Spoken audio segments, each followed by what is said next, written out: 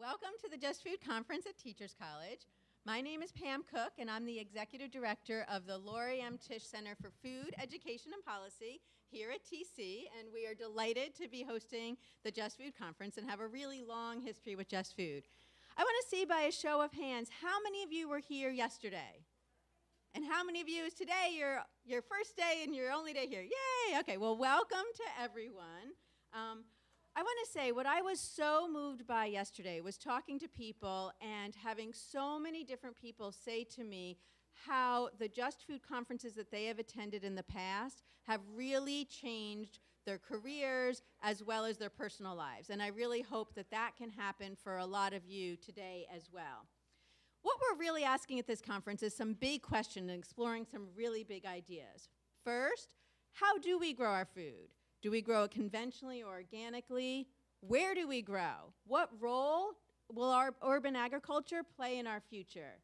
Who should be growing our food? And how do we acknowledge the historical context of people of color producing food in our country? Food policy. Whose needs should we be addressing? And what role should big agriculture and big food play in creating that policy? And as we know, they're playing a really, really big role now. Hunger and poverty. How do we get at the root of these and really acknowledge the structural racism and inequity that exists so we can really have everyone have the right to healthy food? And nutrition education, which is really everything that we teach people about food. So some of the things we're thinking about is, what do we want to teach? How does ecological sustainability and social justice play a role in that? Who to teach? Does it really matter how much the person who's teaching is like the people who they're teaching?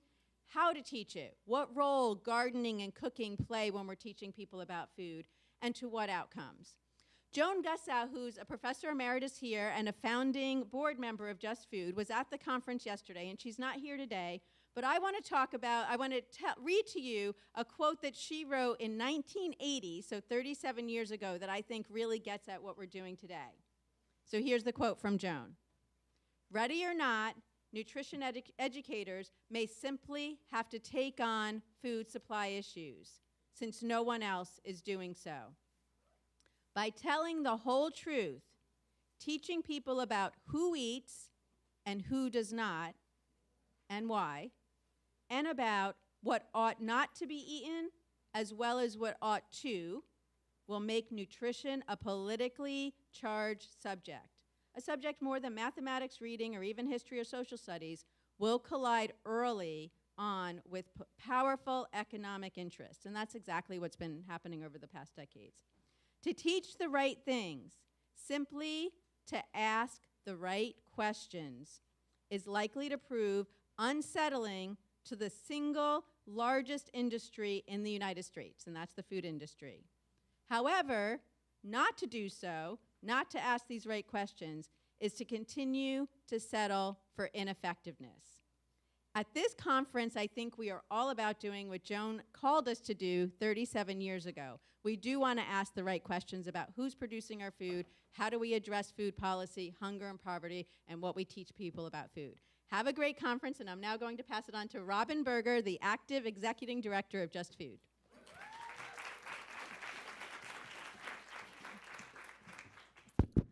Good morning, everybody. Thank you so much for coming out on this very, very cold day, but at least we're not in a blizzard yet.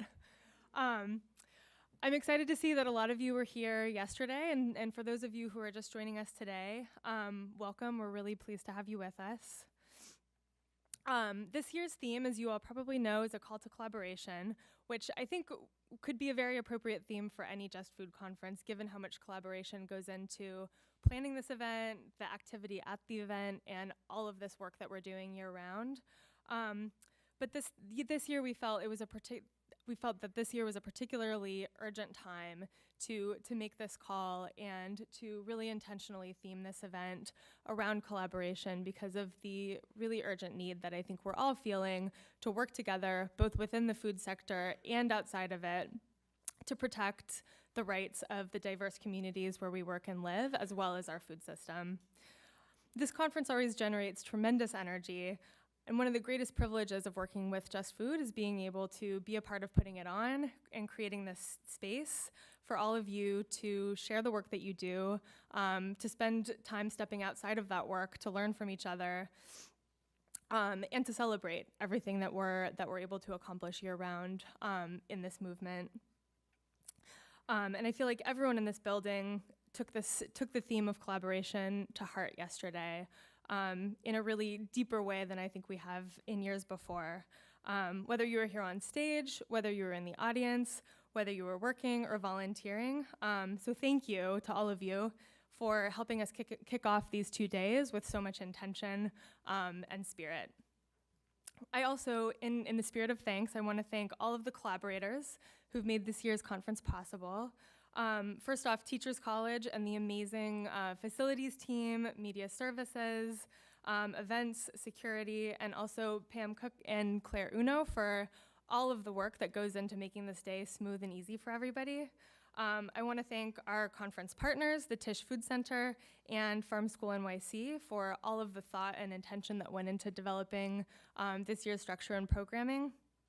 I want to thank our sponsors, including the Durst Organization, Great Performances, who produced all of the beautiful salads you'll be eating for lunch today, Whole Foods, who served us breakfast, and all of the supporters who've been able to make this conference possible and affordable so that our whole community can attend.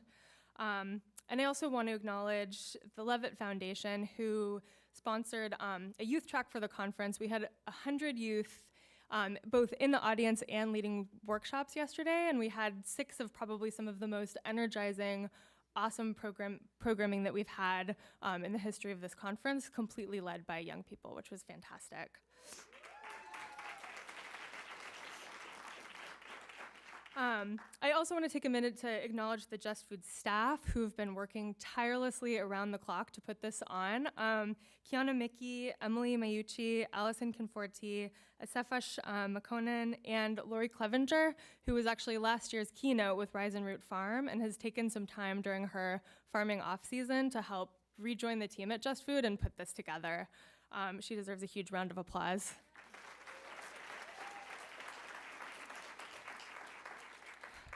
And I also wanted to take a minute to thank our interns who are also working around the clock, many of whom have put this event on right after finishing midterms.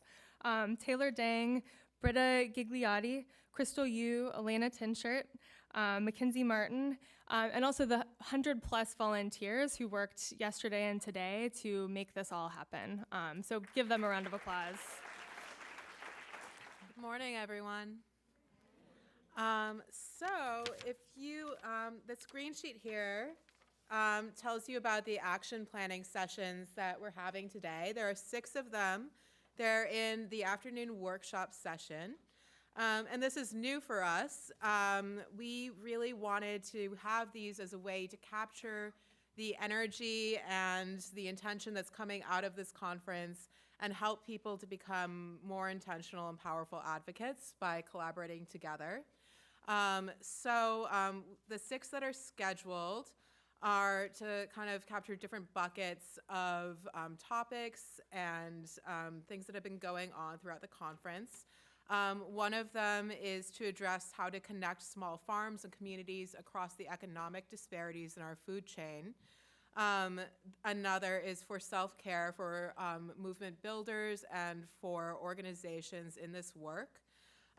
Another is on community right to land and resisting the appropriation of community-built wealth.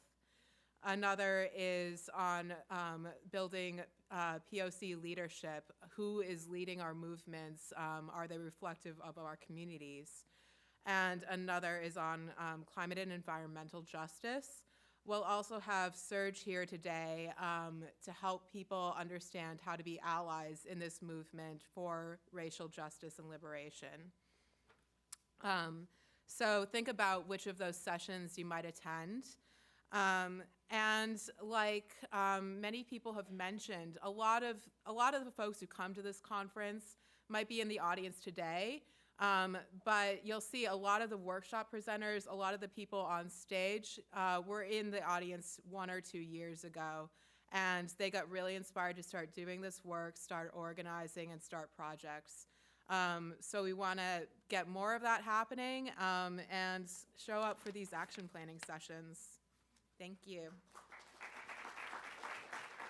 Thanks, Emily. And I also just want to acknowledge that these sessions were a late idea in the conference planning progress, and they literally many of them came together last week, but are going to be amazing, and I think have been put together with a ton of intention and integrity and thought around how we can really facilitate a process for people to carry this work forward and year-round outside the conference. So huge props and big thank you to everybody who's made them come together and will make them happen today. There are also some extra copies of this sitting at the table outside if you didn't get one in your program. And we'll be closing this afternoon at 4:30 with a keynote address by Ricardo Salvador, who we are so honored to have joining us.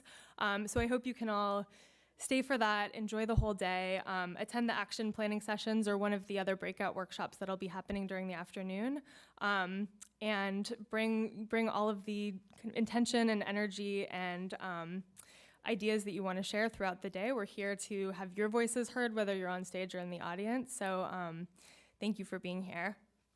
And our next section is Food Talks, which is always one of my favorite parts of the conference. It's an opportunity, I think, to be able to hear some really amazing voices of people who aren't often on this stage because they're really busy doing incredible work in the field. But I'm really pleased to be able to offer an opportunity for people to share their stories and share what they're doing year round. We unfortunately, Ana Rodriguez wasn't able to make it today, but we are going to be starting with the next food talker, and I'm going to let my colleague Kiana Mickey come up and introduce her. Thank you so much.